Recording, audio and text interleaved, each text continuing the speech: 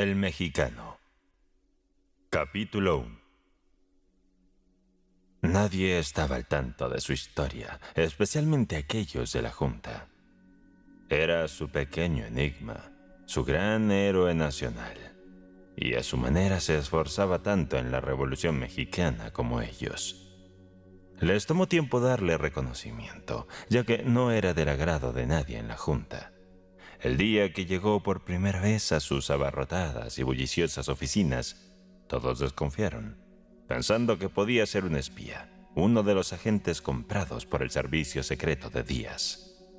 Demasiados compañeros suyos se encontraban en prisiones civiles y militares a lo largo de Estados Unidos, y otros encadenados estaban siendo trasladados a través de la frontera para ser alineados frente a muros de adobe y ejecutados. A primera vista, el joven no dejó una impresión favorable. Era un muchacho de apenas 18 años y de estatura no muy alta para su edad. Se presentó como Felipe Rivera y expresó su deseo de contribuir a la revolución. Eso fue todo, sin palabras innecesarias ni explicaciones adicionales. Esperó pacientemente. No había sonrisa en su rostro, ni cordialidad en su mirada. El valiente Paulino Vera sintió un escalofrío interno. Algo prohibido y aterrador, insondable, se escondía en su ser. Había algo maligno y serpenteante en los ojos oscuros del joven. Brillaban como un fuego, frío, con una intensa y centrada amargura. Su mirada se desplazó de los rostros de los conspiradores hasta la máquina de escribir de la señora Shetby, manejada diligentemente. Sus ojos se encontraron con los de ella, solo por un momento. Ella había mirado por casualidad y ella también sintió algo indefinible que la hizo detenerse. Tuvo que releer para retomar el hilo de la carta que estaba redactando. Paulino Vera observó con curiosidad a Arellano y a Ramos, quienes le devolvieron la mirada y se observaron mutuamente. La incertidumbre del escepticismo se reflejaba en sus ojos.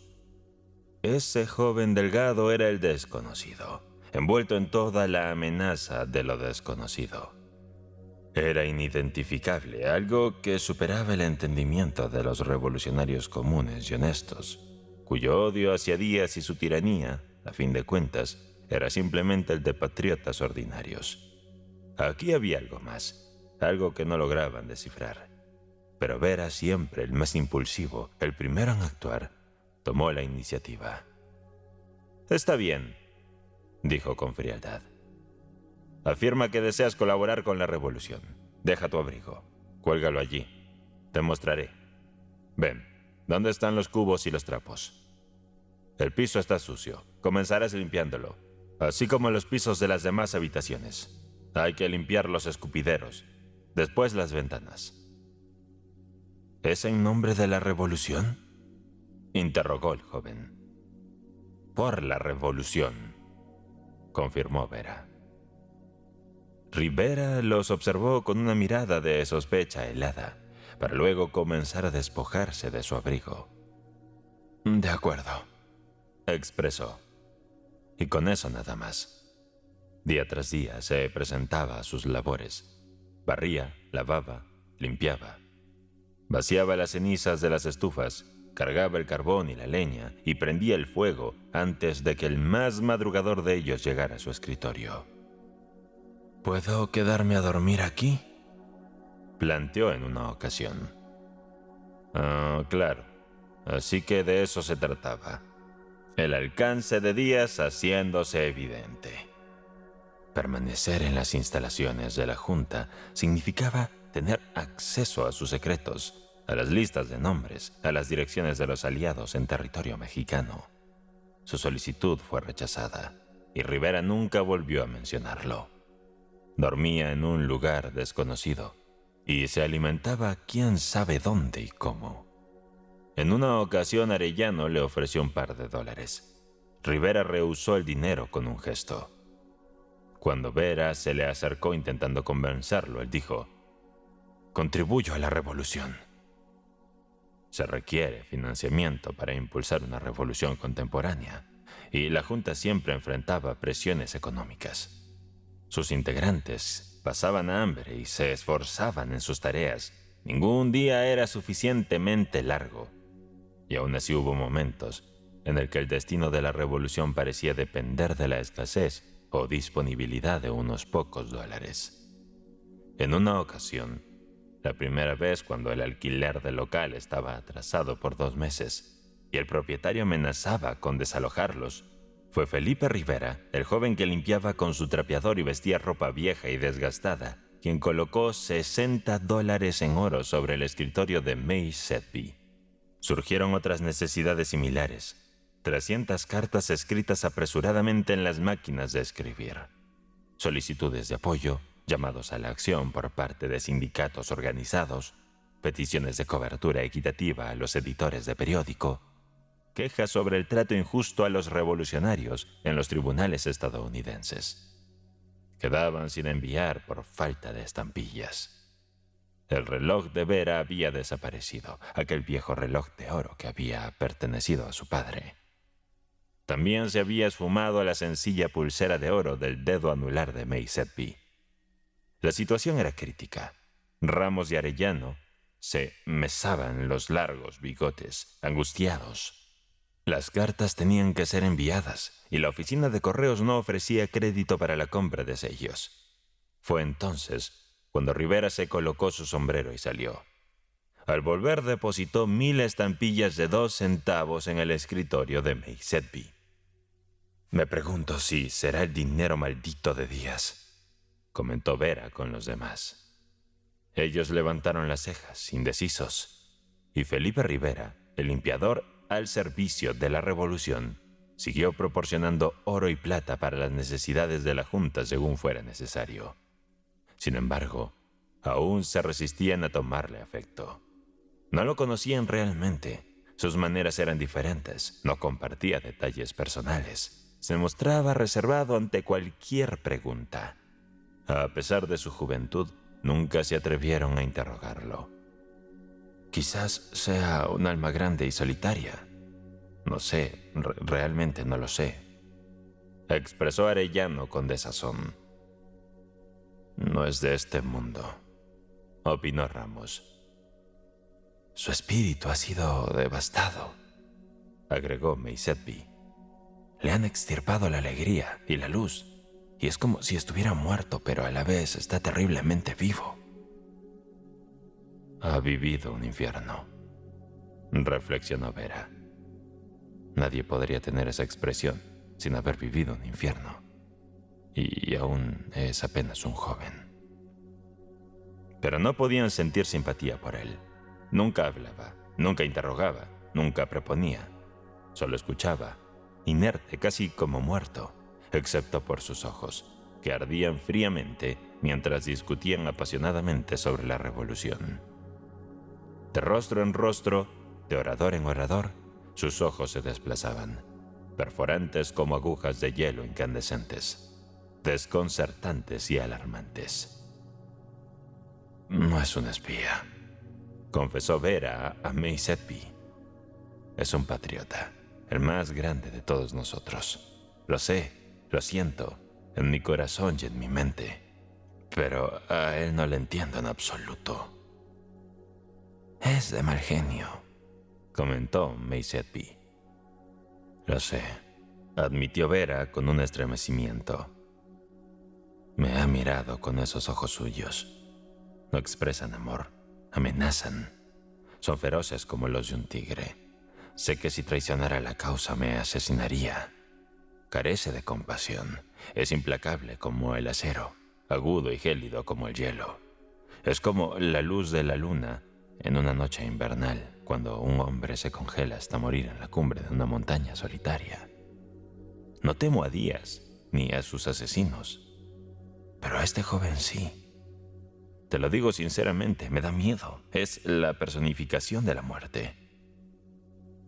Sin embargo, Vera fue quien convenció a los demás de confiar inicialmente en Rivera.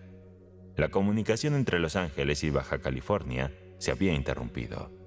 3 compañeros habían sido obligados a cavar sus propias tumbas y luego ejecutados en ellas. Otros 2 estaban detenidos por Estados Unidos en Los Ángeles. Juan Alvarado, el comandante federal, había frustrado todos sus planes. Ya no podían conectar con los revolucionarios activos ni con los potenciales de Baja California. El joven Rivera fue instruido y enviado al sur. A su regreso, la comunicación con Baja California había sido restablecida y Juan Alvarado yacía muerto. Lo encontraron en su cama, con un puñal en el pecho. Esto superaba las órdenes dadas a Rivera, pero en la Junta sabían de sus movimientos. No le interrogaron. Él no ofreció explicaciones, pero intercambiaron miradas y conjeturas. «Ya te lo he dicho», afirmó Vera. «Díaz debería temer más a este joven que a cualquier otro hombre. No tiene piedad. Es como si fuera la justicia divina en persona». El temperamento difícil de Rivera, señalado por May Sedby y percibido por todos, se hacía evidente con marcas físicas. Ahora aparecía con un labio partido, una mejilla amoratada y una oreja hinchada. Era claro que se involucraba en peleas, en algún lugar de este mundo exterior, donde comía y dormía. Obtenía dinero y se movía de maneras que ellos desconocían. Con el tiempo se había encargado de teclear el pequeño boletín revolucionario que emitían cada semana. Hubo veces en que no podía teclear, cuando sus nudillos estaban hinchados y lastimados, cuando sus pulgares estaban lesionados e inmovilizados, cuando uno de sus brazos pendía inerte a su lado y su rostro reflejaba dolor no verbalizado. «Es un derrochador», comentó Arellano. «Un asiduo de los antros», añadió Ramos. «Pero, ¿de dónde saca el dinero?», se preguntó Vera. «Justo ahí hace un rato me enteré de que pagó la cuenta de papel. $140. «Ay, sus ausencias», observó May Sedby. «Jamás las justifica». «Deberíamos vigilarlo», sugirió Ramos. «No quisiera ser ese espía», replicó Vera. «Temo que no me vería más, a menos que fuera para enterrarme. Posee una pasión inmensa, ni siquiera Dios querría interponerse en su camino». «Me hace sentir como un niño», admitió Ramos.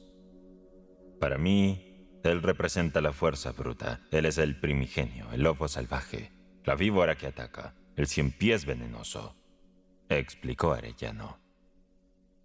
«Él personifica la revolución», afirmó Vera. «Es su fuego y su alma, el clamor inextinguible de venganza, que no vocifera pero que aniquila en silencio. Es un ángel vengador que se desplaza en las quietas horas nocturnas».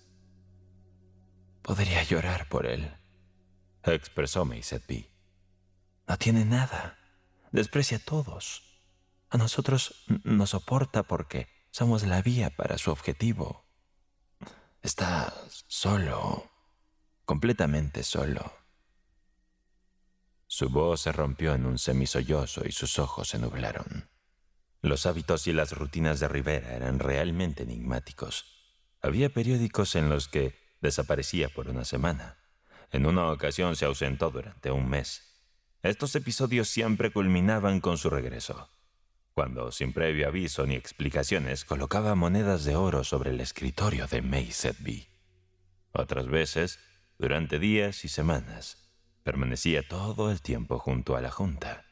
Y nuevamente, en intervalos irregulares, se esfumaba durante el día, desde temprano en la mañana hasta bien entrada la noche. En esos días llegaba temprano y se quedaba hasta tarde. Arellano lo encontró a medianoche, tecleando con los nudillos recientemente hinchados, o quizás era su labio recién cortado, el que todavía sangraba.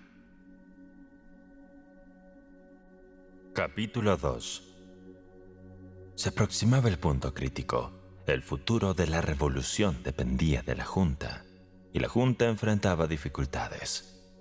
La necesidad de fondos era más apremiante que nunca, mientras que conseguirlo se volvía cada vez más complicado. Los patriotas habían contribuido hasta el último centavo y ya no tenían más que ofrecer. Los trabajadores de las brigadas de construcción, obreros que habían huido de México, donaban la mitad de sus exiguos ingresos. Pero era necesario mucho más. Un arduo trabajo de conspiración y subversión de años estaba llegando a su culminación. Era el momento decisivo. La revolución estaba por un hilo. Un último empuje, un esfuerzo heroico final, y podría inclinarse hacia la victoria. Conocían su país. Una vez que comenzara la revolución, se sostendría por sí misma. Todo el sistema de días se colapsaría como un castillo de cartas. La frontera estaba lista para levantarse en armas. Un estadounidense con 100 hombres de la IWW esperaba la señal para cruzar la frontera y comenzar la toma de Baja California. Pero necesitaba armamento. Y al otro lado del Atlántico, la Junta mantenía contacto con todos ellos, y todos necesitaban armas. Mercenarios, soldados de fortuna, bandidos, sindicalistas, americanos, descontentos, socialistas, anarquistas, matones, exiliados mexicanos, obreros fugados de la esclavitud, mineros castigados de los campos de Coeur d'Alene y Colorado que anhelaban luchar con más furia. Todos los restos y residuos de los espíritus indómitos del complicado mundo moderno. Y lo que demandaban eran armas y municiones y armas. El clamor constante e interminable. Si esta mezcla heterogénea, empobrecida y ávida de venganza se lanzara al otro lado de la frontera, entonces la revolución comenzaría. Se tomarían las aduanas y los puntos de entrada del norte. Díaz no podría resistir. No se atrevería a concentrar el paso de sus ejércitos allí, pues debía proteger el sur, y a través del sur la llama se extendería de todas las formas. La población se alzaría, las defensas de una ciudad tras otra caerían, estados tras estados vacilarían, y al final desde todos los frentes los ejércitos victoriosos de la revolución convergerían sobre la Ciudad de México, el último reducto de Díaz. Sin embargo, el dinero. Contaban con hombres impacientes y desesperados, dispuestos a empuñar armas. Sabían de comerciantes que venderían y entregarían dichas armas. Pero llevar la revolución hasta este punto había dejado exhausta a la Junta. Se había consumido el último dólar, exprimido el último recurso y el último patriota hambriento, y la gran empresa aún estaba en un hilo.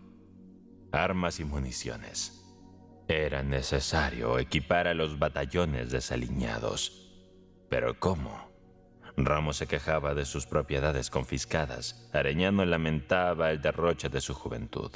Maysetby se cuestionaba si las cosas habrían sido diferentes, si los de la Junta hubieran sido más prudentes en sus gastos anteriormente. Pensar que la libertad de México depende de unos cuantos miles de dólares, expresó Paulino Vera.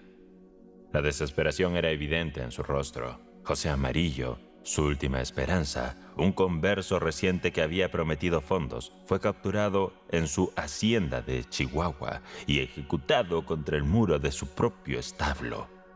La noticia acababa de llegar. Rivera, arrodillado y limpiando, levantó la vista con el cepillo en suspenso, sus brazos desnudos salpicados de agua con jabón y suciedad. ¿Serán suficientes 5,000? Preguntó. Mostraron expresiones de sorpresa. Vera asintió y tragó saliva. No pudo hablar, pero de inmediato se vio imbuido en una profunda fe. «Encarguen las armas», expresó Rivera, seguido por el discurso más extenso que jamás le hubieran escuchado. «Nos urge el tiempo. En 3 semanas les traigo los 5,000. Está bien. Para los que luchen, el clima será más cálido. Además, es lo mejor que puedo ofrecer». Vera batalló con su creencia. Era inverosímil. Demasiadas esperanzas se habían desvanecido desde que empezó a involucrarse en la lucha revolucionaria. Había confiado en este jirón desgastado de la revolución y aún así dudaba en creer. «Estás demente», le dijo. «En 3 semanas», insistió Rivera. Soliciten las armas. Se levantó, se arremangó y se colocó el abrigo. Encarguen las armas, repitió. Me marcho ahora. Capítulo 3. Entre apuros y más apuros, numerosas llamadas y palabras ásperas, se originó una reunión nocturna en la oficina de Kelly. Kelly estaba ansioso por resolver asuntos. Además, la suerte no estaba de su lado. Había traído a Danny Ward desde Nueva York. Había organizado su pelea con Billy Carty. Quedaban 3 semanas para el evento y desde hacía 2 días, Carty estaba en cama, gravemente herido, ocultando su estado cuidadosamente de los periodistas deportivos. No había nadie disponible para reemplazarlo. Kelly había estado llamando a todos los boxeadores ligeros disponibles, pero ya tenían agendadas fechas y contratos. Y ahora la esperanza había vuelto a surgir, aunque tenuemente. «Tienes una cara dura», le dijo Kelly a Rivera, tras lanzarle una mirada en cuanto se encontraron. En los ojos de Rivera brillaba un rencor venenoso, pero su rostro se mantuvo inexpresivo. «Puedo vencer a Ward», fue todo lo que dijo. «¿Cómo lo sabes? ¿Alguna vez lo has visto pelear?» Rivera negó con la cabeza. «Te podría derrotar con una mano mientras tiene los ojos cerrados». Rivera se encogió de hombros. «¿No tienes nada más que decir?», gruñó el promotor de la pelea.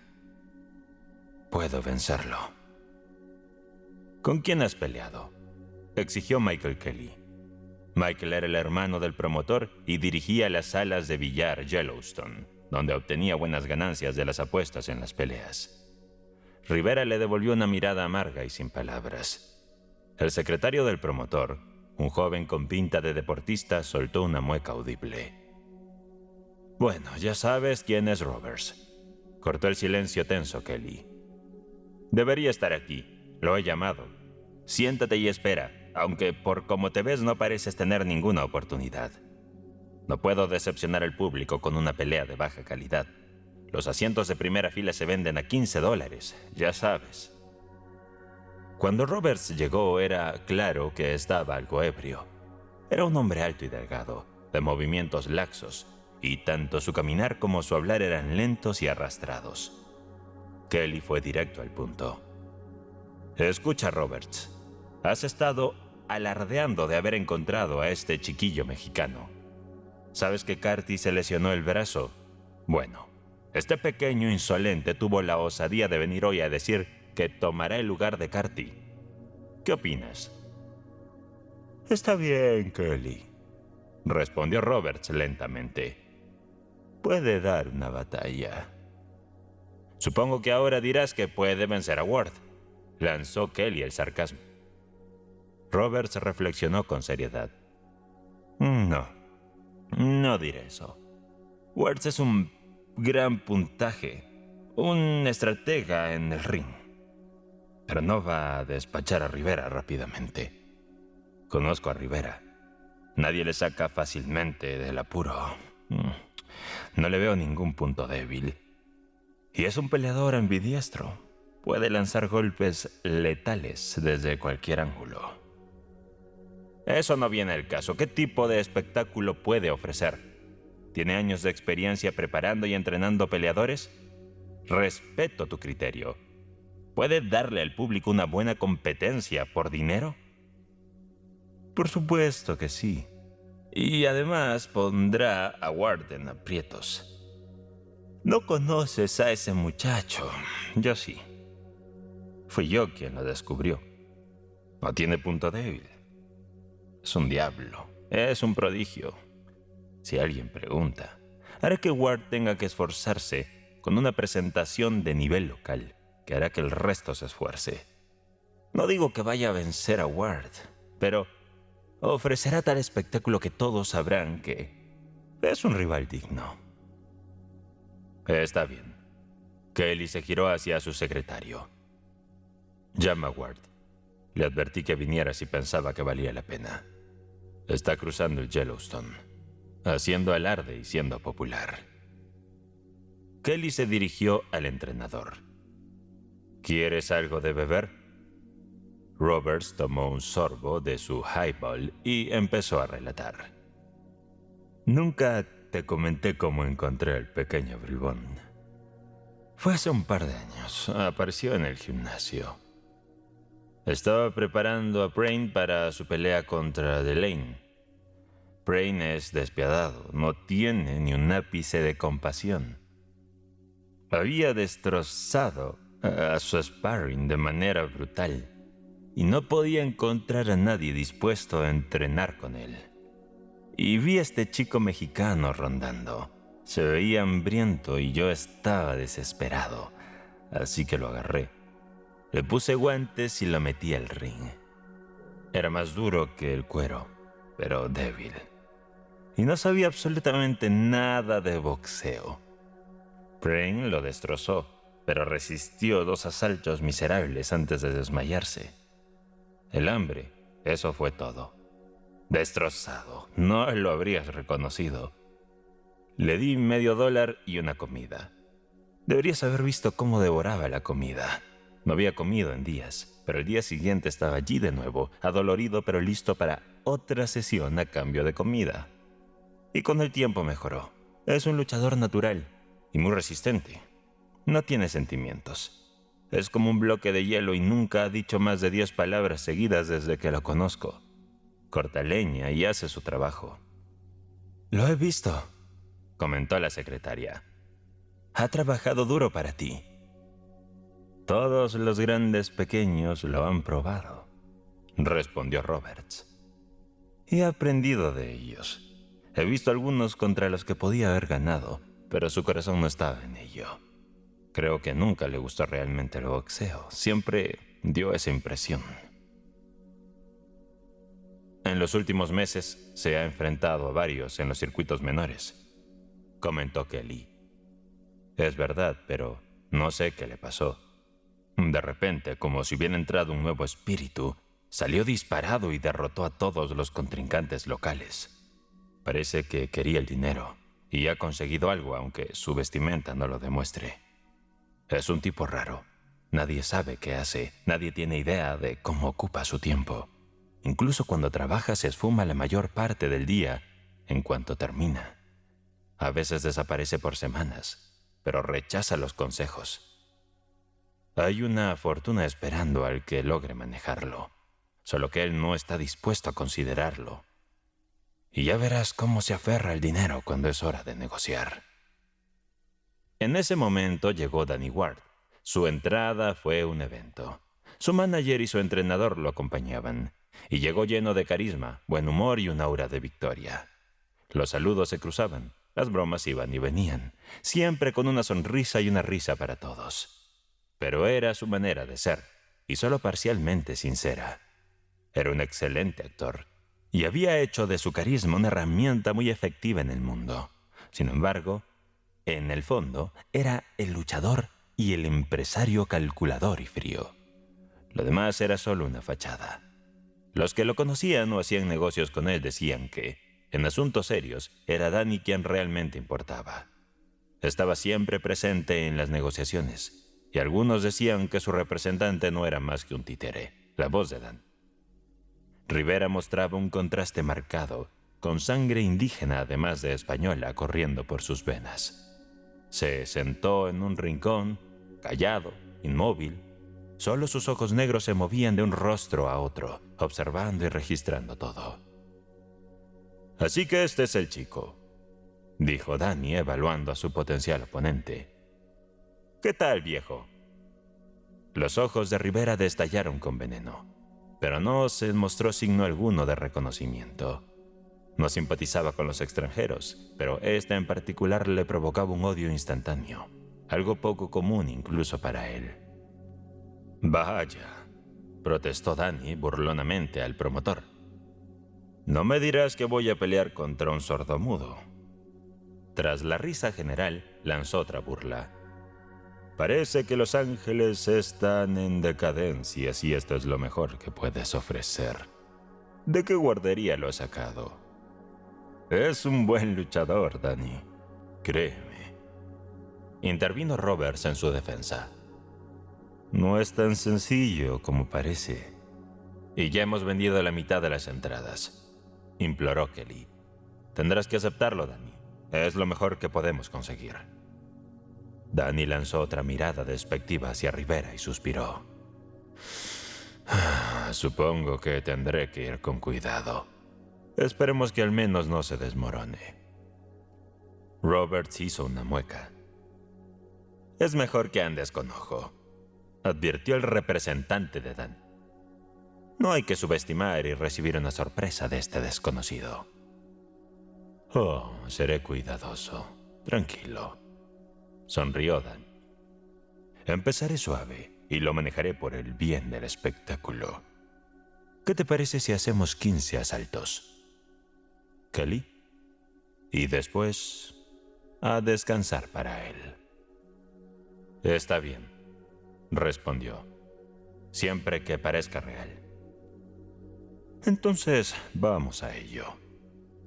Danny hizo una pausa y reflexionó. Por supuesto, el 65% de la recaudación, igual que con Carty. Pero la división será diferente. Me quedaré con el 80%. Y dirigiéndose a su manager, ¿estamos de acuerdo? El director asintió con la cabeza. A ver, ¿entendiste eso? Preguntó Kelly a Rivera. Rivera negó con la cabeza. Así es como funciona, explicó Kelly. El premio consiste en el 65% de lo obtenido en taquilla. Eres un novato y todavía no te conoce mucha gente. Danny y tú se repartirán el dinero. 20% para ti y 80% para Danny. Es un trato justo. ¿No es así, Roberts? Totalmente justo, Rivera, afirmó Roberts. Entiende, aún no tienes fama. ¿Cuánto sería el 65% de la recaudación?, inquirió Rivera. Quizás 5,000, tal vez hasta 8,000, explicó Danny. Por ahí, tu parte sería alrededor de 1,000 o 1,600. No está mal por una paliza de alguien con mi fama. ¿Qué opinas? Entonces Rivera los dejó atónitos. El ganador se lleva todo, declaró con decisión. Un silencio absoluto se apoderó del lugar. Esto es pan comido, exclamó el representante de Danny. Danny sacudió la cabeza. Llevo demasiado tiempo en esto, dijo. No es que desconfíe del árbitro, ni de los presentes. No estoy hablando de los arreglos que a veces suceden en las apuestas.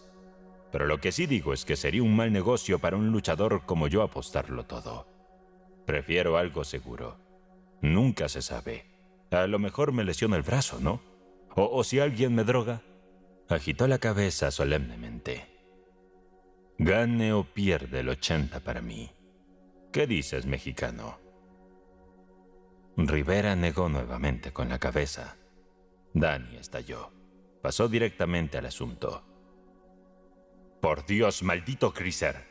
Me dan ganas de golpearte ahora mismo. Robert se levantó rápidamente para ponerse en ello.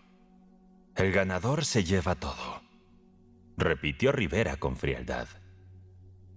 ¿Por qué tienes que ser así?, preguntó Danny. Puedo vencerte, fue la respuesta directa de Rivera. Danny empezó a desabrocharse el abrigo, más como un gesto para la audiencia que otra cosa. El abrigo permaneció puesto y Danny se calmó con la intervención de los presentes. Todos parecían estar de su lado, dejando a Rivera en aislamiento.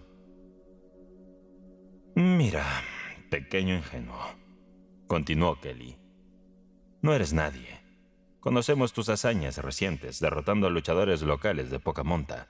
Pero Danny está en otra liga. Su siguiente pelea después de esta será por el campeonato. Eres un anónimo. Nadie fuera de Los Ángeles ha oído hablar de ti.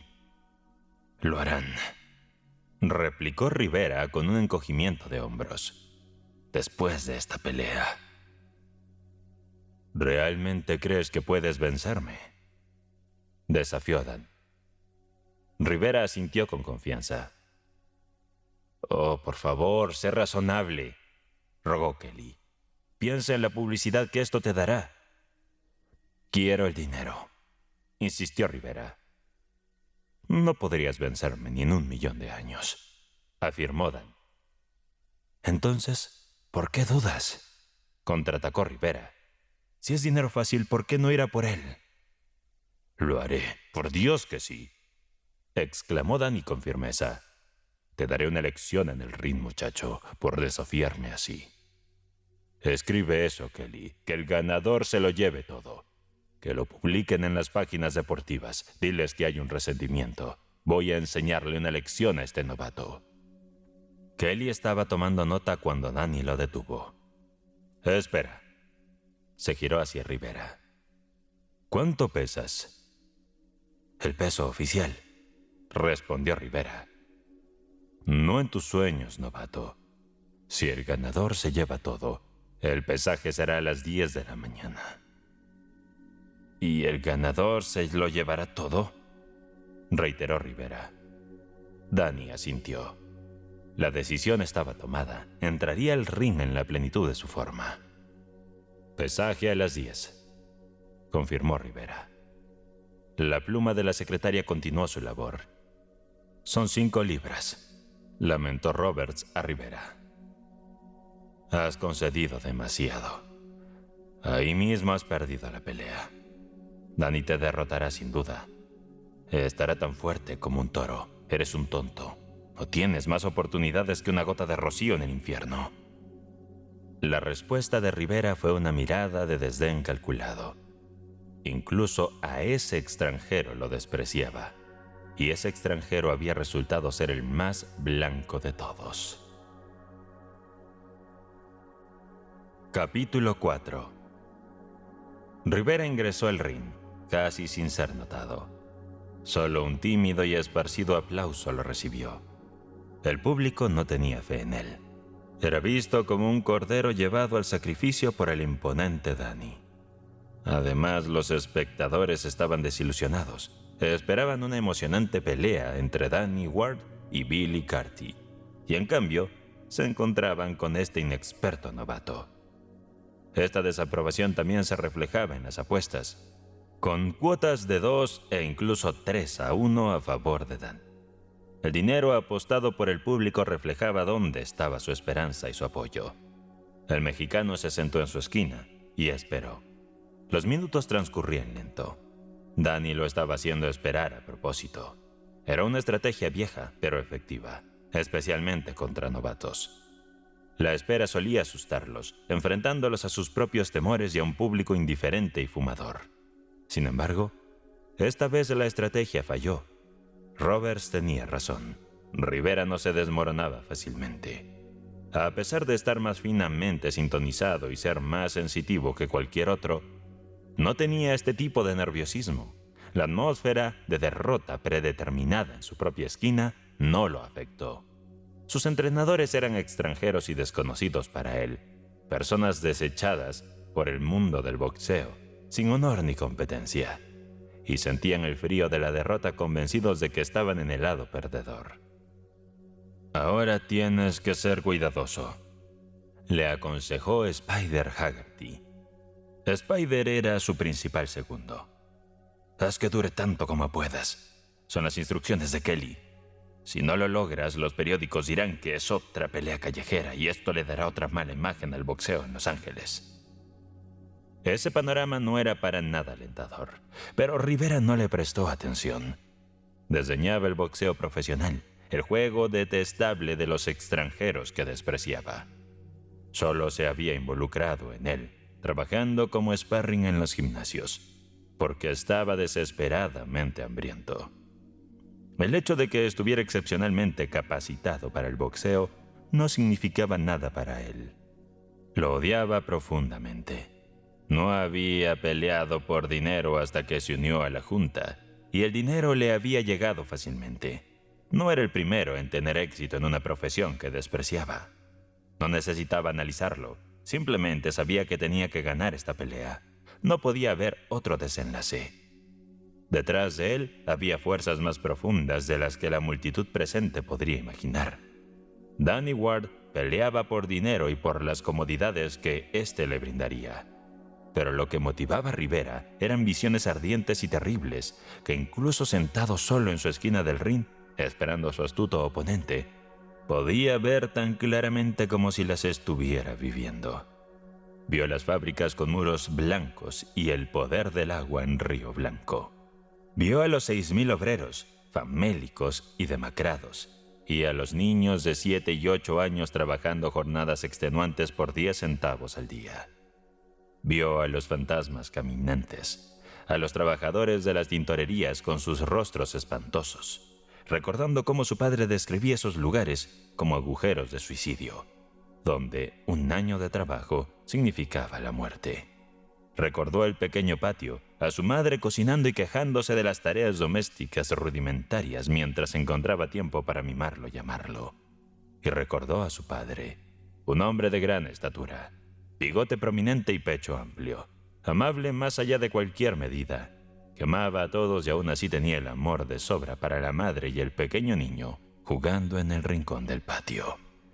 En aquellos días no era conocido como Felipe Rivera, era Fernández, llevando el apellido de su padre y su madre.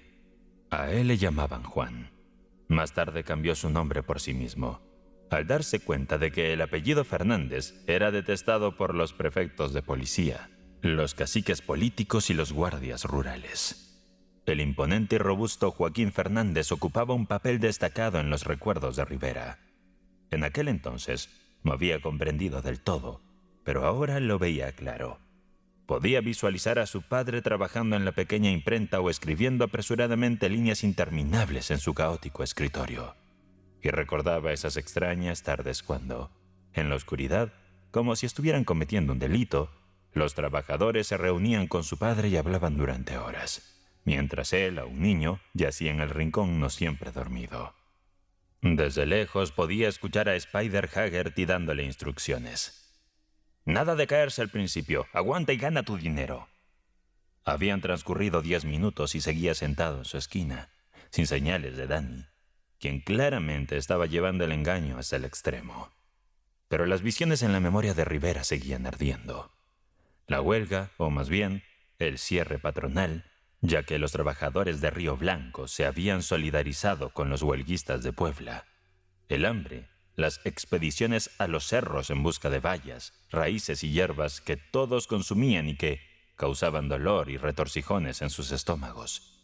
Y luego la pesadilla, el descampado frente al almacén de la compañía, los miles de obreros hambrientos, el general Rosalío Martínez y los soldados de Porfio Díaz, con sus rifles que parecían nunca cesar de disparar, mientras la sangre de los trabajadores lavaba y volvía a lavar sus demandas. Y esa noche vio los vagones cargados con los cuerpos de los asociados enviados a Veracruz, alimento para los tiburones de la bahía.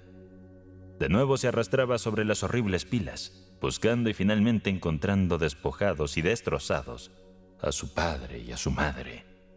Recordaba especialmente a su madre, de quien solo quedaba el rostro, el cuerpo aplastado por el peso de docenas de cadáveres. Los rifles de los soldados de Porfirio Díaz volvieron a sonar. Y una vez más, se lanzó al suelo y huyó como un coyote perseguido en las colinas. Un estruendo masivo, similar al rugido del mar, llegó a los oídos de Rivera mientras veía a Danny Ward rodeado por su equipo de entrenadores y ayudantes, avanzando por el pasillo central.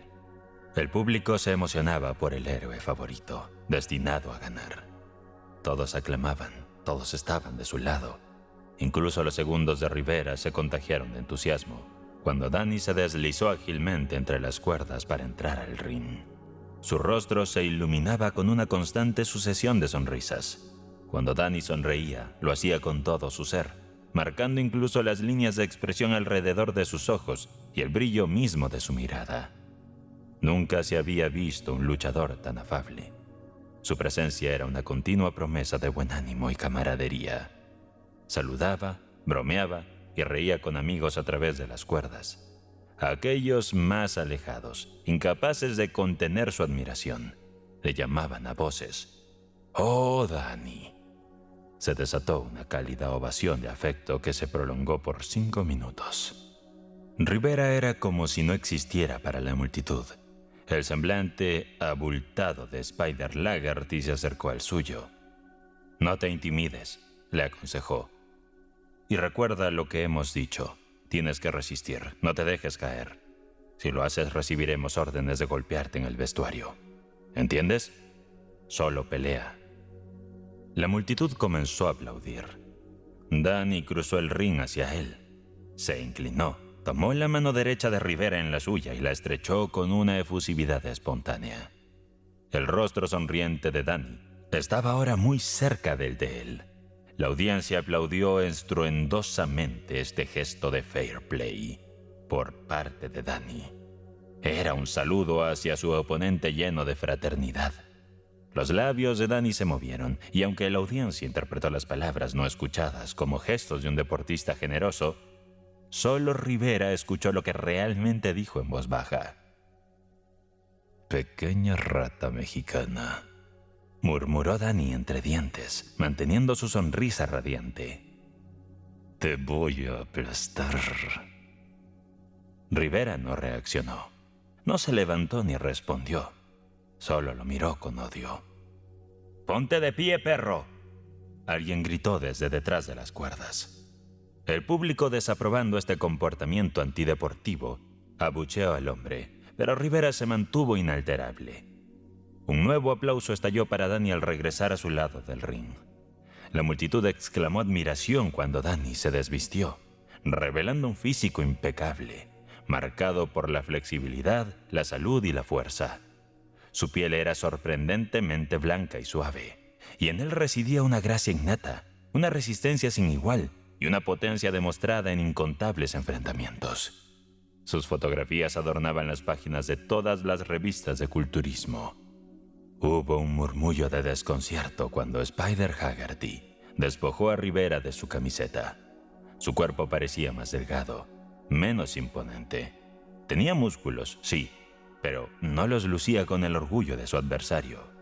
Lo que el público no podía apreciar era la capacidad pulmonar de Rivera, la firmeza de su tejido muscular, la rapidez con la que sus células musculares podían responder, la precisión de sus nervios conectando cada parte de su cuerpo en un complejo y eficaz mecanismo de combate. Todo lo que vieron fue un joven de 18 años, de piel oscura, con la apariencia de un muchacho frente a ellos. Con Danny era diferente. Danny tenía 24 años y el cuerpo bien desarrollado de un hombre. El contraste se hacía aún más evidente cuando ambos se encontraban en el centro del ring, escuchando las últimas indicaciones del árbitro. Rivera se percató de Roberts, ubicado justo detrás de los reporteros. Estaba más ebrio de lo normal y hablaba con lentitud. «Tranquilo, Rivera», expresó Roberts. «No puede eliminarte, tenlo presente. Te esperará afuera. Pero no te alteres. Solo necesitas mantenerte firme y defenderte. No logrará lastimarte seriamente. Piensa que te está desafiando en el campo de entrenamiento». Rivera pareció no escucharlo. «Pequeño escurridizo», comentó Roberts al individuo a su lado. «Siempre fue de esa manera». Sin embargo, Rivera dejó de lado su rencor acostumbrado. Una visión de incontables rifles le nubló la vista. Cada rostro en el público, hasta donde alcanzaba a ver, incluso en las localidades más caras, se convertía en un rifle. Y visualizó la extensa frontera mexicana, seca y soleada, doliente, y a lo largo de ella vio grupos desaliñados que se desmoronaban solo por los fusiles. De vuelta en su rincón, se mantuvo de pie esperando. Sus asistentes se habían retirado arrastrándose por entre las cuerdas, llevándose el banquillo de lona, diagonalmente a través del ring. Danny lo enfrentaba. Con el sonido del gong, empezó el enfrentamiento. El público gritó emocionado. Jamás se había observado un combate tan apasionante. Los diarios tenían razón. era un enfrentamiento cargado de animosidad. Danny recorrió 3/4 partes de la distancia al trote para encontrarse con él, con la clara intención de devorar al joven mexicano. No lanzó un golpe, ni dos, ni una docena. Era un torbellino de golpes, una tormenta de destrucción. Rivera estaba desaparecido. Quedó abrumado, sepultado bajo un aluvión de puñetazos lanzados desde todas direcciones y posiciones por un experto en el arte. Fue empujado, arrastrado contra las cuerdas, separado por el árbitro y de nuevo empujado hacia ellas. No fue un combate, fue un exterminio de aniquilación. Cualquier audiencia, excepto la de una pelea de boxeo, habría consumido sus sensaciones en ese primer momento. Danny estaba mostrando su habilidad. Una demostración magnífica. Tal era la confianza del público, así como su entusiasmo y preferencia, que no percibió que el mexicano aún permanecía en pie. Ignoró a Rivera, apenas lo vio. Tan absorto estaba en el ataque voraz de Danny. Transcurrió 1 minuto y luego 2 minutos. Luego, durante una separación, pudo ver claramente al mexicano. Tenía el labio partido y la nariz sangrante. Al girar y tambalearse en un agarre, las marcas de sangre resumante de sus roces con las cuerdas se veían como franjas rojas a través de su espalda. Pero lo que la audiencia no observó fue que su respiración no era agitada y que sus ojos brillaban fríamente, como siempre. Demasiados pretendientes al título le habían sometido a este tipo de ataque voraz en los despiadados campos de entrenamiento. Había aprendido a sobrevivir a cambio de un pago que variaba entre $0.50 y $15 a la semana. Una escuela dura, donde fue educado de manera severa. Entonces, ocurrió lo inesperado. El caos y la confusión se detuvieron en súbito. Rivera quedó solo en pie. Danny, el temido Danny, estaba tendido de espaldas. Su cuerpo se sacudía mientras trataba de recobrar la conciencia. No había tambaleado ni caído lentamente. Había sido derribado de un golpe. El gancho de derecha de Rivera lo había derribado con una rapidez mortal. El árbitro apartó a Rivera con una mano y se colocó junto al luchador caído, contando los segundos. La audiencia de los combates de boxeo suele aplaudir una caída limpia, pero esta audiencia no aplaudió. Había sido demasiado súbito. Miraron el conteo en un silencio tenso, sobre el cual resonó triunfante la voz de Roberts. Te dije que era un luchador con ambas manos. Al 5.º segundo, Danny se volteaba boca abajo y al llegar al conteo de 7 se apoyaba en una rodilla, preparándose para ponerse de pie justo después del 9 y antes de que se completara el 10. Si su rodilla aún tocaba el suelo al llegar al 10, se le consideraba tumbado y también eliminado. En el instante en que su rodilla se despegaba del suelo, se le veía como en pie, y en ese momento Rivera podía intentar tumbarlo de nuevo. Rivera no iba a tomar riesgos. En cuanto la rodilla se levantara, él volvería al ataque. Circulaba alrededor, pero el árbitro también se movía y Rivera notaba que el conteo era anormalmente lento. Todos los extranjeros estaban en su contra, incluido el árbitro. Al 9, el árbitro empujó bruscamente a Rivera. Fue una acción injusta, pero permitió que Danny se pusiera en pie, con una sonrisa en los labios de nuevo. Semiagachado, con los brazos protegiéndose el rostro y el abdomen, logró tropezar hacia un abrazo. Según las reglas, el árbitro debería haber separado a los luchadores, pero no lo hizo, y Danny se aferró como si fuera un molusco resistiendo a las olas, recuperándose poco a poco. El último minuto de asalto pasaba rápidamente. Si lograba mantenerse hasta el final, tendría un minuto completo en su esquina para recuperarse. Y lo logró, sonriendo a pesar del agobio y la angustia. ¡La sonrisa que nunca se borra!, exclamó alguien y el público estalló en una risa de alivio. El golpe que tiene ese Greaser es de terror, decía Danny jadeante en su rincón a su entrenador, mientras sus asistentes trabajaban sobre él con gran esfuerzo. El segundo y el tercer round fueron tranquilos.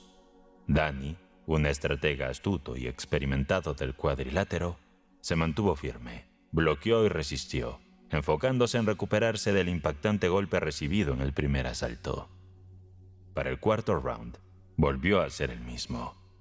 Aunque sacudido, su buena condición física le permitió recobrar la energía. Sin embargo, no recurrió a estrategias agresivas. El mexicano había demostrado ser un adversario formidable. En su lugar empleó sus mayores habilidades de lucha. En términos de astucia, destreza y experiencia, era un maestro, y aunque no logró asestar golpes críticos, procedió de manera metódica para debilitar y desgastar a su oponente.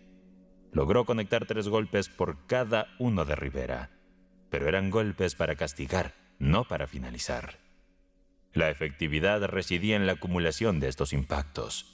Mostró un respeto cauteloso hacia este rival ambidiestro, con sus impresionantes golpes cortos de ambos puños. En defensa, Rivera mostró un poderoso golpe derecho desconcertante, una y otra vez. Evitaba los ataques con un derecho que infligía daño continuo en la boca y la nariz de Dan. Pero Danny era versátil. Esa era la razón por la que se perfilaba como el próximo campeón. Podía cambiar su estilo de pelea según lo requiera la situación. Ahora optaba por el combate cuerpo a cuerpo. En este aspecto era especialmente peligroso, lo que permitía esquivar el jab izquierdo de Rivera. Esto provocó la euforia del público en varias ocasiones, culminando con una espectacular ruptura de agarre y un uppercut interno que lanzó a Rivera por los aires y lo derribó al tapiz. Rivera se apoyó en una rodilla, aprovechando el conteo, consciente de que el árbitro le contaba los segundos lentamente. Una vez más, el séptimo asalto, Danny logró conectar ese devastador uppercut interno. Aunque solo consiguió desequilibrar a Rivera, en el momento de vulnerabilidad que siguió, lo golpeó haciéndolo pasar a través de las cuerdas. El cuerpo de Rivera rebotó contra los periodistas, quienes lo empujaron hasta el borde del ring, fuera de las cuerdas.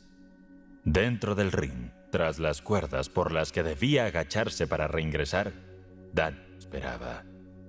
El árbitro no hizo nada para retraer a Danny. El ambiente estaba cargado de excitación. ¡Acábalo, Danny! ¡Acábalo!, fue el clamor. Decenas de voces se unieron hasta que resonó como un aullido bélico. Danny lo intentó todo, pero Rivera, al conteo de 8, en vez del 9, regresó al ring, inesperadamente a través de las cuerdas, y se aseguró en un clinch.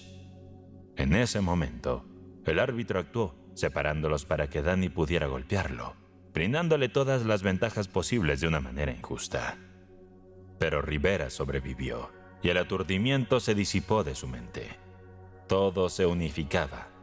Eran los odiados extranjeros y todos se mostraban injustos, y aún en la peor adversidad las visiones persistían vivas en su mente.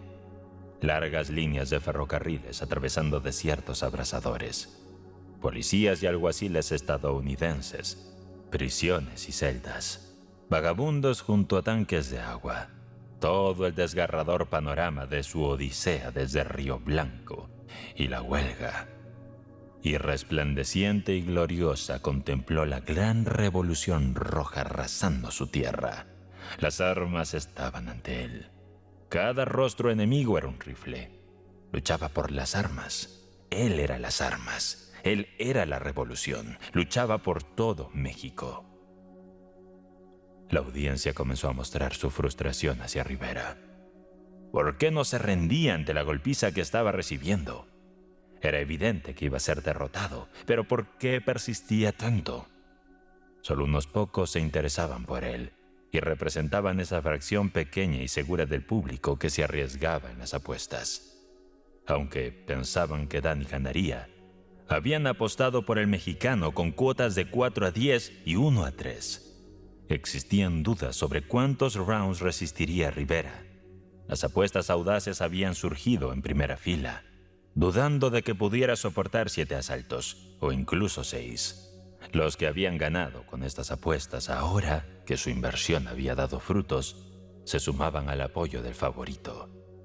Rivera se resistía a ser dominado. Durante el 8º round, su oponente intentó en vano replicar el uppercut. En el 9º, Rivera volvió a dejar asombrados a los espectadores. En medio de un agarre, rompió el bloqueo con un movimiento rápido y ágil, y en el reducido espacio entre ambos, su derecha ascendió desde la cintura. Danny cayó al suelo, acogiéndose a la cuenta de protección. El público estaba consternado. Le estaban superando en su propia estrategia.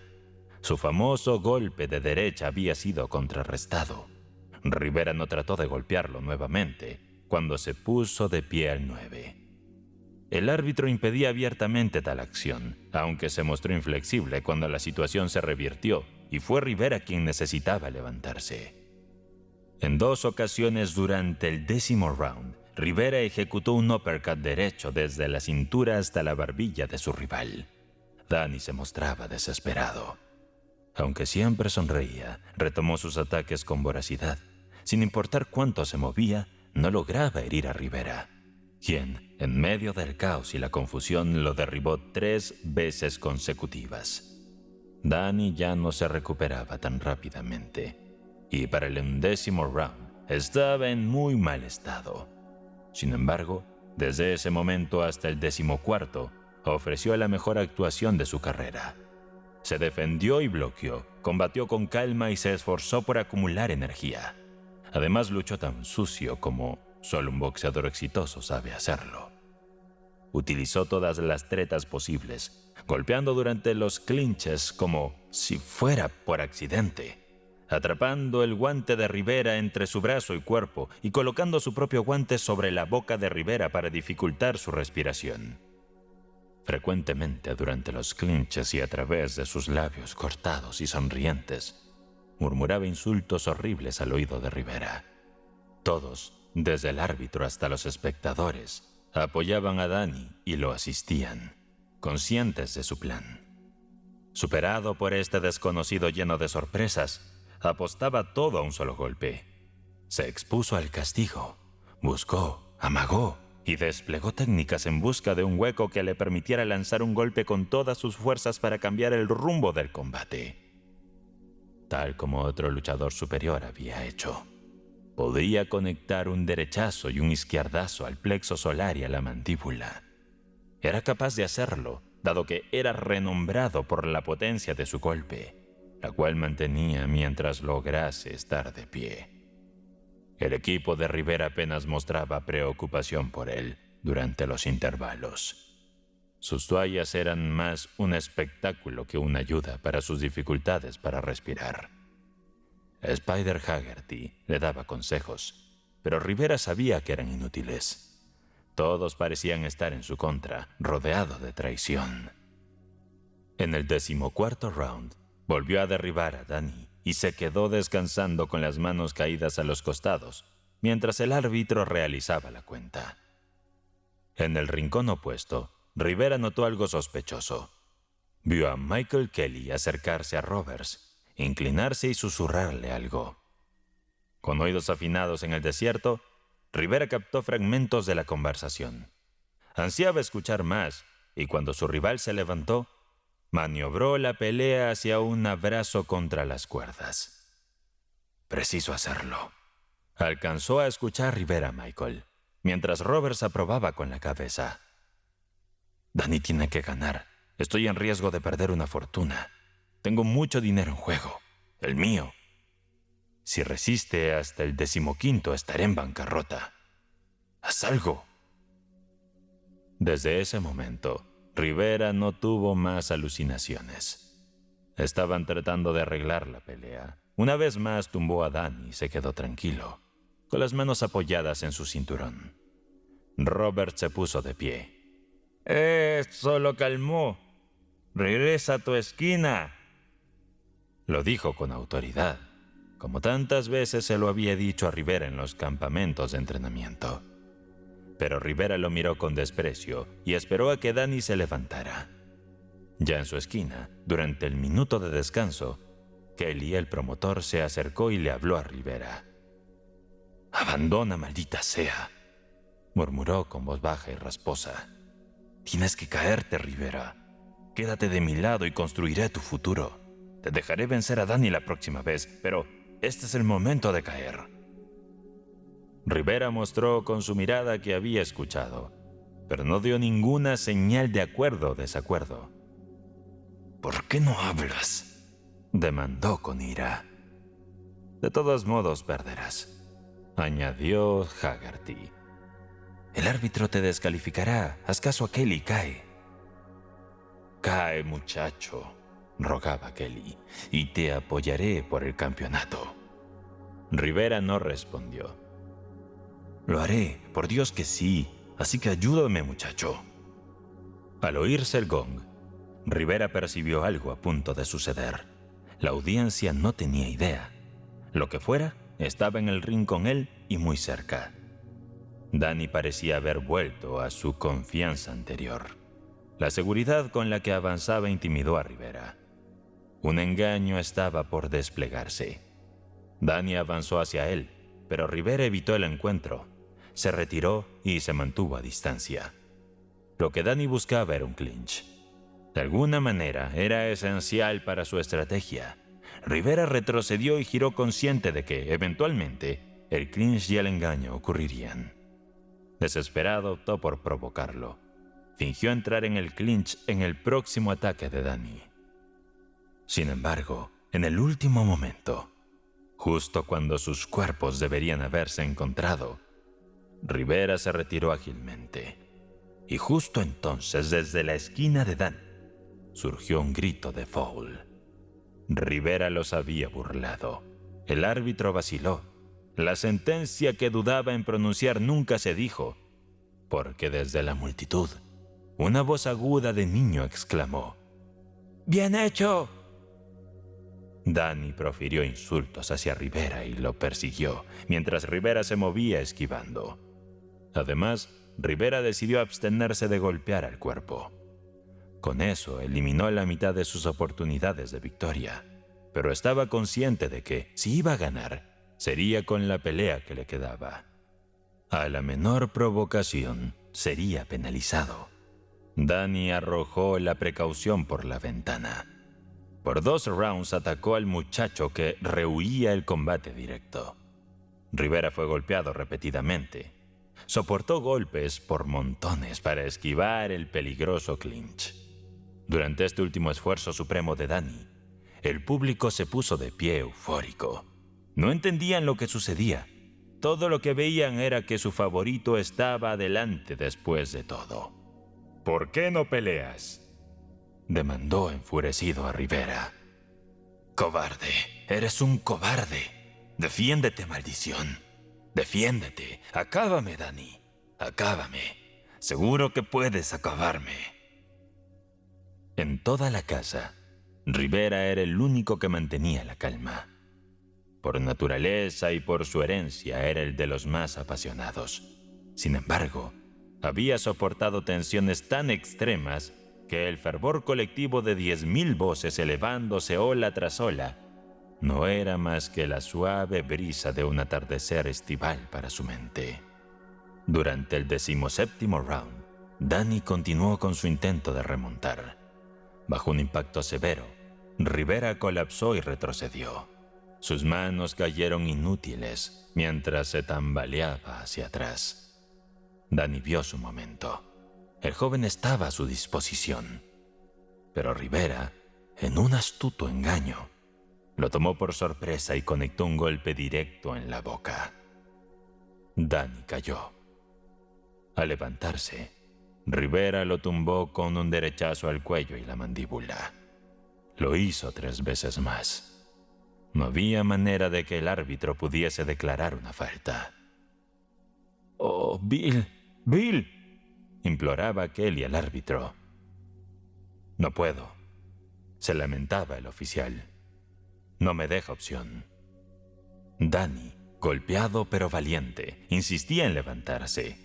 Kelly y otros cerca del ring comenzaron a clamar a la policía que interviniera, aunque el equipo de Danny se rehusaba a rendirse. Rivera observó cómo el corpulento capitán de la policía empezaba a subir torpemente por las cuerdas, confundido sobre lo que esto significaba. Existían tantas formas de jugar sucio en este deporte estadounidense.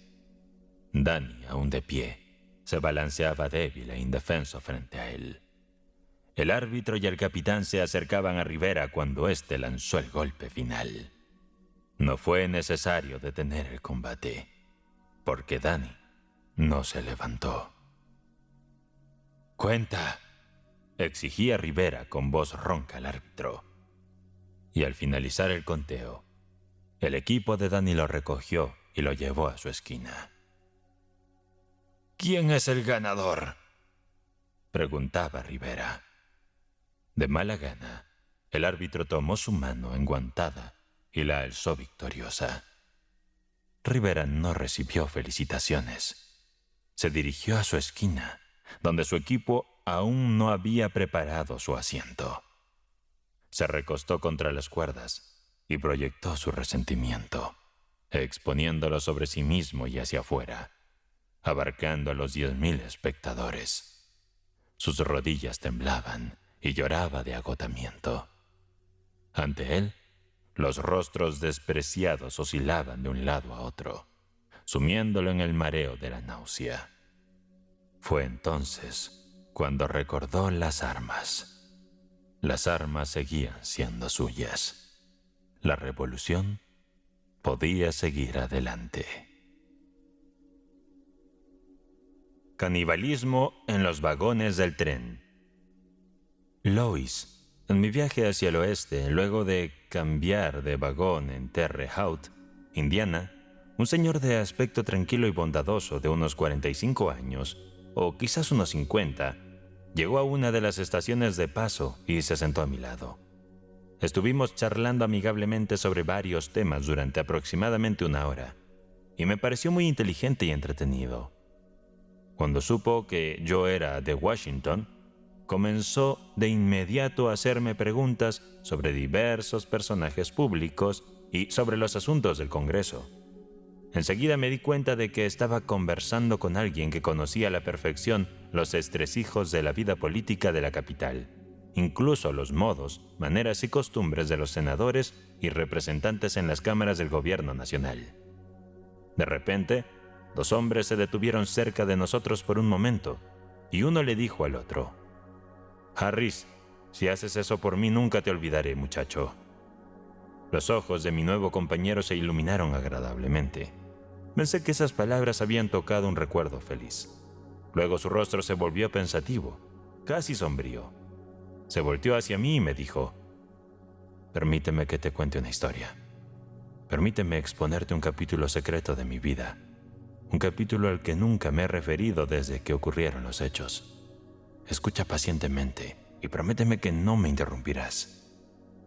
Le aseguré que no lo haría, y él procedió a relatarme la siguiente extraña aventura, hablando a veces con emoción, a veces con melancolía, pero siempre con profundidad y seriedad. El relato del forastero. El 19 de diciembre de 1853, partí de San Luis en el tren de noche con destino a Chicago. Éramos solo 24 pasajeros en total, sin damas ni niños. Todos estábamos de buen humor y nos conocimos rápidamente. Parecía que el viaje sería agradable y nadie en el grupo tenía idea de los problemas que enfrentaríamos más tarde. A las 11 de la noche comenzó a nevar intensamente. Después de dejar atrás la pequeña aldea de Weldon, ingresamos en la vasta soledad de la pradera, donde la nieve caía sin cesar. Los vientos soplaban con ferocidad a través de la llanura desierta, llevando consigo la nieve como las olas de un mar tormentoso. La nieve se acumulaba cada vez más y notamos que el tren tenía dificultades para avanzar. En ocasiones casi se detenía por completo, atrapado en montículos de nieve que obstruían los raíles. La conversación se apagaba, la alegría se convertía en preocupación y el temor de quedar varados en la nieve lejos de cualquier ayuda afectaba a todos. A las 2 de la mañana, desperté abruptamente al darme cuenta de que todo movimiento había cesado a mi alrededor. La horrible verdad golpeó de inmediato. Estábamos atrapados en un banco de nieve. Todos nos pusimos en acción de inmediato, conscientes de que cualquier demora podría ser fatal. En la oscuridad y la tormenta, cada uno de nosotros se lanzó a la tarea de despejar la nieve con palas, manos o lo que tuviéramos a mano. La escena era surrealista. Un pequeño grupo de hombres luchando desesperadamente contra la nieve, mitad en la oscuridad más profunda y mitad iluminados por el resplandor de la locomotora. 1 hora bastó para demostrar que nuestros esfuerzos eran inútiles. Mientras intentábamos despejar un camino, la tormenta bloqueaba la vía con derrumbes. Para empeorar las cosas, descubrimos que el eje delantero y trasero de la rueda motriz se habían roto debido a la carga que la máquina había soportado. Con la vía despejada, habríamos estado en peligro. Exhaustos y desanimados, nos refugiamos en el vagón, reunidos alrededor de las estufas para discutir nuestra situación. La falta de provisiones era nuestra principal preocupación. No podíamos arriesgarnos a congelarnos, pero al menos teníamos leña para quemar. Aceptamos la desalentadora decisión del revisor. Era una locura intentar viajar a pie 50 millas a través de esa tormenta de nieve. Nos resignamos a esperar pacientemente el rescate o la muerte por inanición. Después de 1 hora, la conversación se volvió murmullos en el vagón, apenas audibles entre el rugir del viento. Las lámparas se apagaron y la mayoría de nosotros nos sumimos en sombras parpadeantes, tratando de pensar, de olvidar el presente o de dormir, si podíamos. La noche interminablemente larga finalmente dio paso a un amanecer frío y gris. A medida que la luz se filtraba, los pasajeros comenzaron a despertar y a observar el paisaje sin vida a través de las ventanillas. No había señal de vida en ninguna parte, solo un vasto desierto blanco y nevado que se extendía hasta donde alcanzaba la vista. Pasamos el día siguiente deambulando por los coches, en silencio, sumidos en nuestros pensamientos. Otra noche sombría y persistente. El hambre persistía. Al amanecer siguiente, otro día de silencio, tristeza y creciente desesperación por la falta de socorro. Una noche más de sueño intranquilo, atormentados por el hambre y los sueños de banquetes. El 4.º día llegó y pasó, y luego el 5.º. 5 días de desesperada prisión. El hambre salvaje se reflejaba en nuestros ojos, presagiando algo que ninguno de nosotros se atrevería aún a expresar con palabras. El 6.º día llegó, y el 7.º amaneció sobre un grupo de hombres tan demacrados, ojerosos y desesperanzados como nunca antes se habían visto, bajo la sombra de la muerte. Era hora de actuar. Aquello que había estado creciendo en cada corazón estaba listo para salir finalmente. La naturaleza humana había sido llevada al límite. Tenía que ceder. Richard H. de Minnesota, alto, pálido y cadavérico, se puso de pie. Todos sabían lo que iba a decir. Toda preparación, emoción y excitación se habían disipado. Solo quedaba una seriedad tranquila y reflexiva en los ojos, que antes estaban llenos de desesperación. «Caballeros», dijo Gastón, «no podemos retrasarlo más. Ha llegado el momento. Debemos determinar quién de nosotros morirá para alimentar al resto». John J. Williams, de Illinois, se puso de pie y propuso a reverendo James Sawyer, de Tennessee. William R. Adams, de Indiana, dijo: «Nomino al señor Daniel Slott, de Nueva York». Charles J. Langdon agregó: «Nomino a el señor Manuel A. Bowen, de St. Louis». El propio Slott intervino: «Caballeros, deseo declinar en favor del señor John A. Van Nostrand, Jr., de Nueva Jersey». Gastón asintió: «Si no hay objeción, respetaremos la decisión del caballero». La objeción del señor Van Nostrand llevó al rechazo de la renuncia de Slott. Las renuncias de Sawyer y Bowen también fueron rechazadas por las mismas razones. A.L. Bascom de Ohio propuso cerrar las nominaciones y proceder con una votación. Sawyer protestó. Caballeros, me opongo firmemente a estos procedimientos. Son irregulares e inapropiados en todos los sentidos. Deberíamos elegir a un presidente de la reunión y funcionarios adecuados antes de continuar de manera comprensible. Bell de Iowa respondió. Caballeros, me opongo. No es momento de formalidades. Llevamos más de 7 días sin comer. Cada momento perdido en discusiones aumenta nuestra angustia. Estoy de acuerdo con las nominaciones hechas y creo que deberíamos proceder de inmediato a elegir uno o más de ellos. El señor Gaston dijo: será objetado, lo que nos llevaría a pasar un día bajo las reglas, lo cual causaría el mismo retraso que estamos tratando de evitar. El caballero de New Jersey.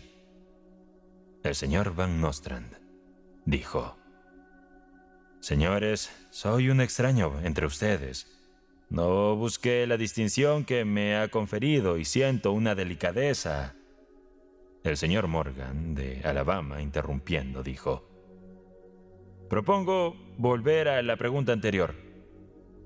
La moción fue aprobada y, por supuesto, se cerró el debate.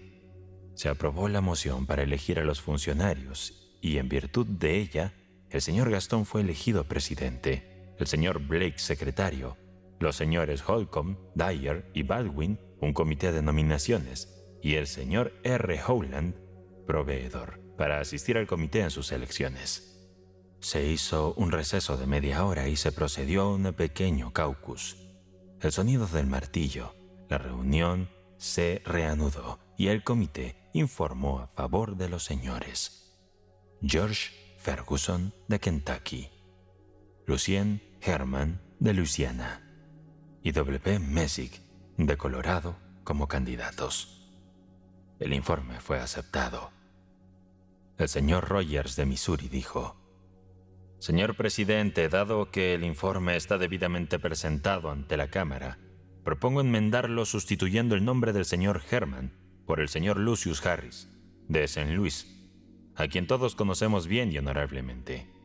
No deseo que se entienda que hago la menor reflexión sobre alto carácter y la posición del caballero de Luisiana, ni mucho menos. Lo respeto y lo estimo tanto como cualquier caballero aquí presente podría hacerlo. Pero ninguno de nosotros puede ignorar el hecho de que ha perdido más carne durante la semana que llevamos aquí que cualquiera de nosotros. Ninguno de nosotros puede ignorar el hecho de que el comité ha faltado a su deber, ya sea por negligencia o por una falta más grave, al ofrecer nuestros sufragios a un caballero que, por muy puros que sean sus motivos, en realidad tiene menos nutrientes. El señor presidente dijo: el caballero de Missouri tomará asiento. El presidente no puede permitir que se cuestione la integridad de la comisión, salvo por el curso regular según las reglas. ¿Qué acción tomará la Cámara sobre la moción del caballero? Mr. Holliday, de Virginia, asintió. Propongo enmendar el informe sustituyendo al Dr. Messick por el Dr. Harvey Davis de Oregon. Los caballeros pueden argumentar que las penurias y privaciones de la vida fronteriza han vuelto duro al señor Davis. Pero, caballeros, ¿es este el momento de poner reparos a la dureza? ¿Es este el momento para ser fastidiosos con nimiedades? ¿Es momento de discutir sobre asuntos de insignificante importancia? No, caballeros. Lo que deseamos es volumen, sustancia, peso. Estos son los requisitos supremos ahora, no el talento, ni el genio, ni la educación. Insisto en mi moción. Mr. Morgan, exaltado, añadió: señor presidente, me opongo firmemente a esta enmienda. El caballero de Oregon es anciano y además está esquelético. Solo tiene volumen en los huesos, no en la carne. ¿Acaso queremos sopa en lugar de alimento sólido? ¿Quieren engañarnos con sombras, burlarse de nuestro sufrimiento con espectro de Oregon? Les pregunto si pueden mirar los rostros angustiados que nos rodean, si pueden ver nuestros ojos tristes, si pueden escuchar los latidos de nuestros corazones expectantes, y aún así, ofrecernos este fraude del hambre sin compasión. Les pregunto si pueden pensar en nuestro estado desolado, en nuestras penas pasadas, en nuestro oscuro futuro y aún así imponernos esta ruina, este fraude, este fantasma desgastado y sin sustancia de las inhóspitas costas de Oregon. Nunca. La enmienda fue sometida a votación después de un acalorado debate y fue rechazada. El señor Harris fue eliminado de la primera enmienda. Luego comenzó con la votación. Hubo 5 rondas de votación sin elección. En la sexta, el señor Harris fue elegido con todos votando a favor de él, excepto él mismo. Se propuso ratificar su elección por aclamación, pero fue rechazada, ya que él mismo votó en contra. El señor Radway propuso que la Cámara procediera con los candidatos restantes y pasara a una elección para el desayuno. Esta propuesta fue aprobada. En la primera votación hubo un empate. La mitad de los miembros a favor de un candidato debido a su juventud y la otra mitad a favor del otro debido a su mayor tamaño. El presidente dio su voto de calidad a este último, el señor Messick. Esta decisión causó gran descontento entre los partidos del señor Ferguson, el candidato derrotado, y se discutió la posibilidad de solicitar una nueva votación. Sin embargo, en medio de la discusión se aprobó una moción para levantar la sesión, que se disolvió inmediatamente. Los preparativos para la cena desviaron la atención de la facción de Ferguson de discutir su agravio durante un largo rato, y luego quisieron retomarla. El feliz anuncio que el señor Harris estaba listo eliminó todo pensamiento al respecto.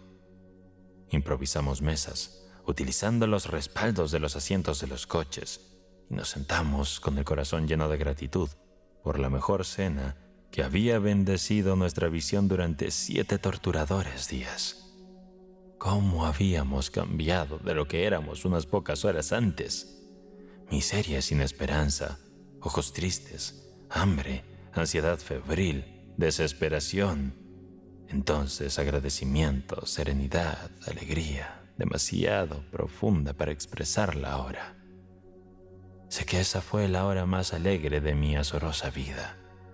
Los vientos aullaban y agitaban la nieve alrededor de nuestra misión, pero ya no podían angustiarnos.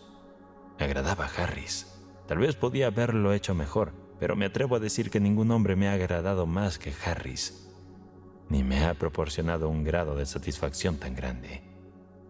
Messick estaba bastante bien, aunque tenía un sabor más bien fuerte, pero en lo que respecta a la nutrición y la delicadeza de la carne, prefiero a Harris.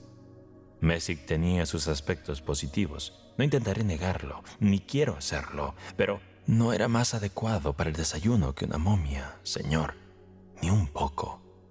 ¿Esbelto? Por Dios. ¿Y duro? Ah, era muy duro. No podía imaginármelo. Nunca podía imaginar nada así. ¿Quieres decirme que...? No me interrumpa, por favor. Después del desayuno elegimos a un hombre llamado Walker de Detroit para cenar. Fue muy bueno.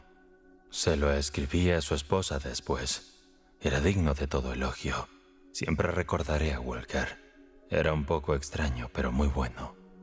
Y la mañana siguiente desayunamos con Morgan de Alabama. Fue uno de los mejores hombres ante los que me he sentado. Apuesto, educado, refinado.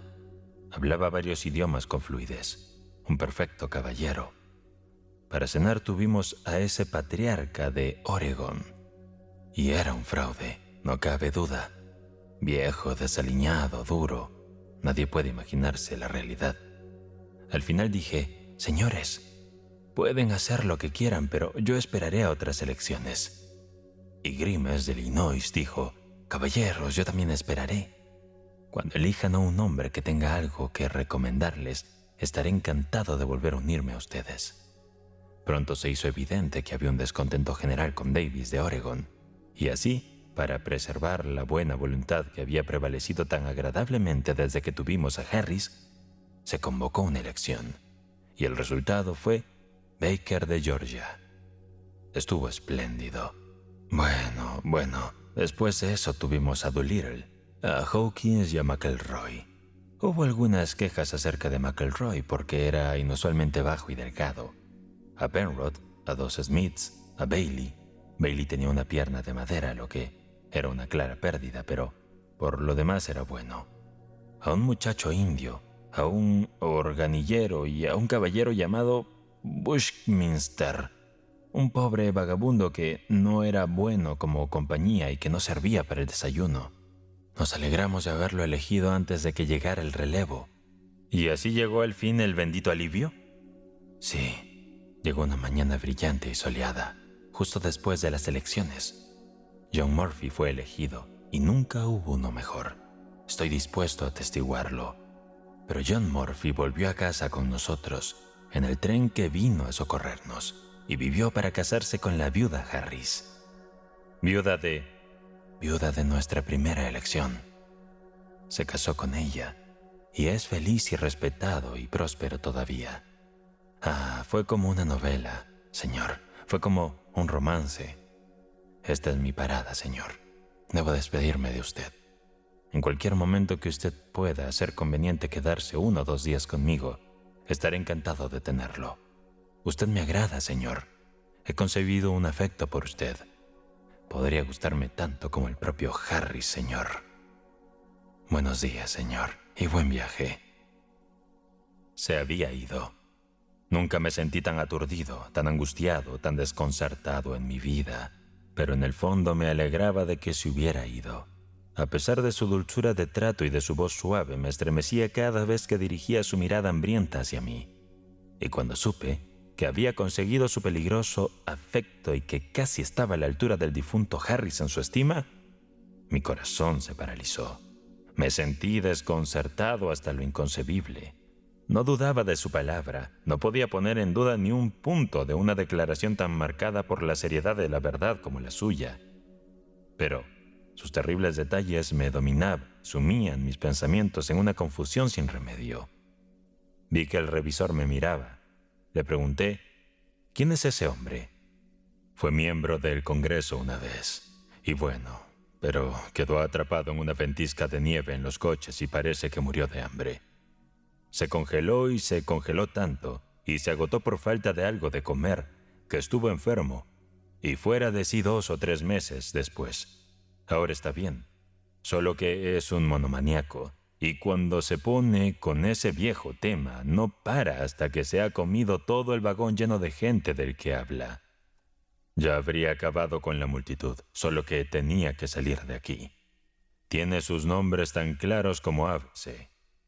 Cuando se los ha comido a todos menos a él, siempre dice, llegada la hora de la habitual elección para el desayuno, y no habiendo oposición, fui debidamente elegido, tras lo cual, no habiendo objeciones, dimití. Así estoy aquí. Me sentí inexpresablemente aliviado al saber que solo había estado escuchando las inofensivas veleidades de un loco en lugar de las auténticas experiencias de un caníbal sediento de sangre.